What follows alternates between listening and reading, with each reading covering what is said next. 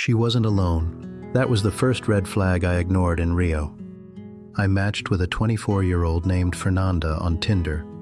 But when she showed up in Lapa that night, there was another woman with her. Quiet, expressionless, watching everything.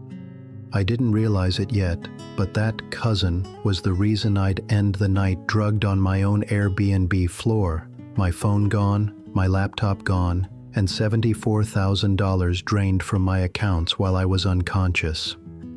My name is Mark.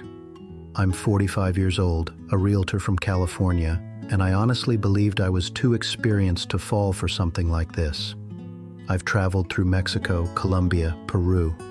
My job is literally reading people, walking strangers through expensive properties, spotting red flags, assessing risk. Brazil proved me wrong in one night. Before we get into it, do me a favor. Hit that subscribe button and share this video with someone you know who travels. Now, let me take you back to where it started. A few weeks before my trip to Rio, I did what millions of people do now. I opened Tinder in advance. I figured I'd meet some locals, get a few recommendations, maybe go on a casual date or two. Nothing crazy. That's where I met Fernanda, 24 years old, long brown hair, bright smile, colorful outfits in every photo. Her profile was nightlife heavy, street art, bars, the famous Lapa arches glowing in the background. The kind of profile that screams, "I know this city. Stick with me." We started messaging. Light, easy conversation. She asked about California, my work, why I was visiting Rio. I told her I wanted to experience the real Rio, not just the tourist version. She replied almost instantly, "Let's meet in Lapa on Friday night. I know all the good places." If you've never heard of Lapa, picture this. Colonial arches lit up at night, samba drums echoing through the streets, vendors shouting drink prices, people dancing on every corner. Some people call it magical, others call it dangerous, but it's crowded, central, with police on the corners. As a 45-year-old guy who's traveled a lot, it didn't feel like a crazy risk. Then, a few hours before we were supposed to meet, she sent the message that should have changed everything. "Is it okay if my cousin comes? She's bored at home." Stop right there. What would you have done? Part of me tensed up immediately. Two women I've never met at night in the wildest part of the city. It felt off. But then the other voice kicked in, the one that doesn't want to seem paranoid or rude. "It's a public place. You show strangers houses for a living. You know how to handle yourself. Don't be dramatic." So I ignored that small voice in my gut and typed, "Yeah, that's okay." I didn't know it then, but that was the exact moment my trip turned into a setup. I got to Lapa around 10 p.m. and waited outside the bar she'd picked. The street was chaos, 5 different songs from 5 different bars, caipirinha vendors everywhere, people dancing under the arches, couples pressed against walls, police orbiting the crowd like bored satellites. Then I saw her coming through the crowd, waving. Fernanda looked even better in person. Makeup perfect, fitted dress, confident walk. She hugged me like we'd known each other for years, not days. Right behind her was the cousin, shorter, quieter, almost no expression. She gave me a brief, "Hi," a quick nod, then faded slightly behind Fernanda like a shadow. Fernanda took control immediately. She grabbed my hand, pulled me into the bar, ordered drinks, dragged me to wherever the music was loudest. We walked under the Lapa arches, watched live samba, took selfies. She laughed at my terrible Portuguese. Her cousin hovered nearby the whole time, barely speaking, just watching. At first, it was fun. I felt like I was exactly where I'd pictured myself, in Rio, under the arches, with a local girl showing me the city. You know that feeling when you're having a great time, but there's a tiny whisper in the back of your mind saying, "Something feels off?" Most people ignore that voice. I did too.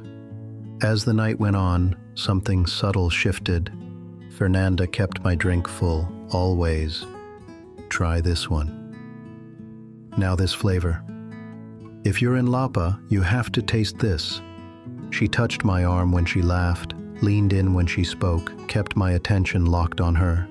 Her cousin barely spoke, but she was always close, observing, present. Around 2 a.m. the exhaustion hit me. I'd been on my feet for hours. I had a decent buzz. I'm not 25 anymore. I leaned in and said, "Hey, I think I'm going to head back soon." There wasn't even a beat of hesitation. "We'll come with you," she said. Not a question, not a shy offer, a statement. Her cousin didn't react, didn't ask, didn't even look surprised. It was like this had always been the plan. We took a ride back to my Airbnb in Ipanema. It was beautiful, modern building, clean lobby, security desk, mirrored elevator, coded entrance. The kind of place I'd be proud to show a client back home. Inside the apartment, the energy shifted instantly. No shyness, no hesitation, no, "Is it okay if I—" Fernanda went straight to the TV and started looking for music. The cousin walked straight into the kitchen, opened my fridge like she lived there, pulled bottles out. Fernanda called out that we should have one more drink. I heard bottles clinking, cans cracking, ice shifting in glasses. Here's the crucial detail. I wasn't watching. I wasn't tracking who was touching what. I wasn't watching the pour.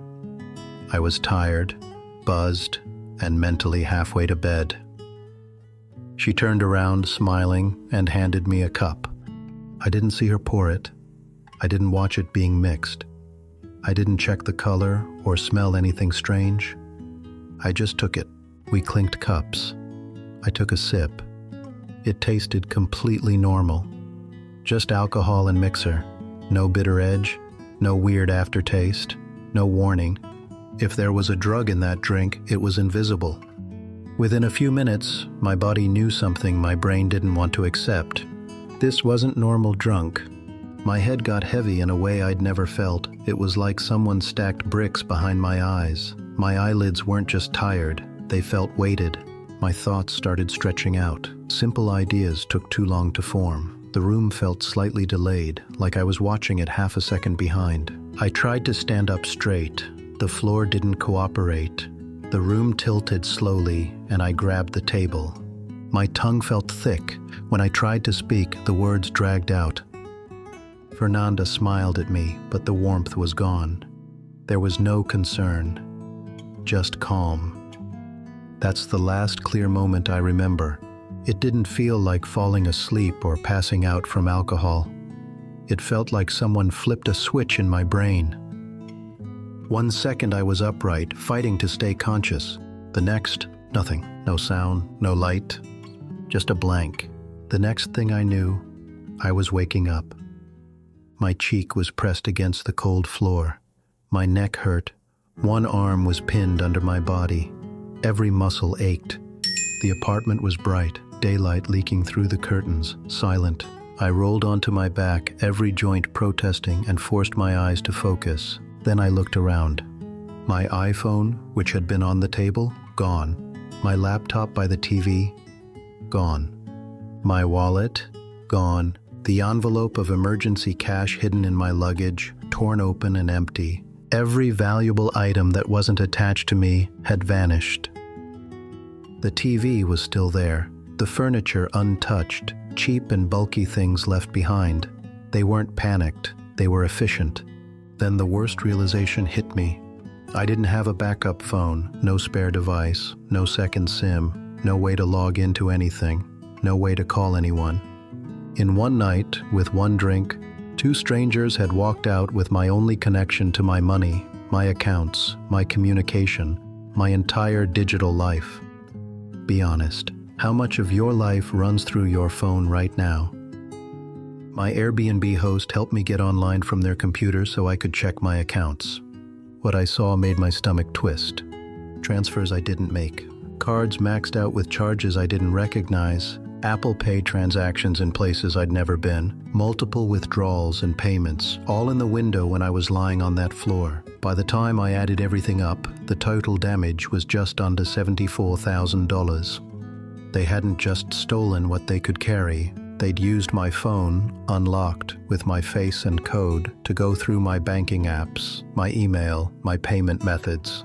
They sent money, spent money, pulled money. All of it technically authorized by my device, while I wasn't even aware of who I was. We went to the tourist police. I told them the whole story: Tinder, the cousin, Lapa, the Airbnb, the last drink, waking up on the floor. They weren't shocked. They were familiar. They took her Tinder name, wrote down descriptions, the bars we'd visited. One officer shook his head and said, "Boa Noite, Cinderela." Good night, Cinderela.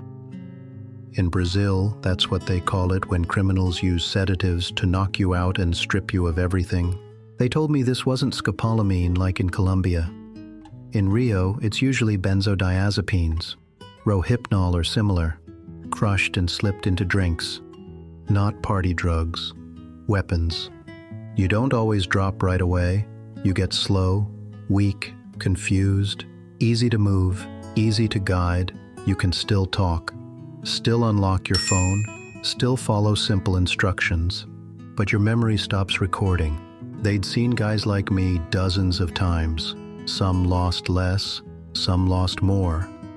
After doing everything I could in Rio, I cut my trip short and flew back to California. Back home, I went from showing houses and talking to clients to spending every spare minute on the phone with banks and fraud departments. I was drugged. I didn't make those transfers. I wasn't conscious. Here's the police report from Brazil. Some believed me quickly, some didn't. Some refunded, some fought. Over time, a portion of the 74,000 came back.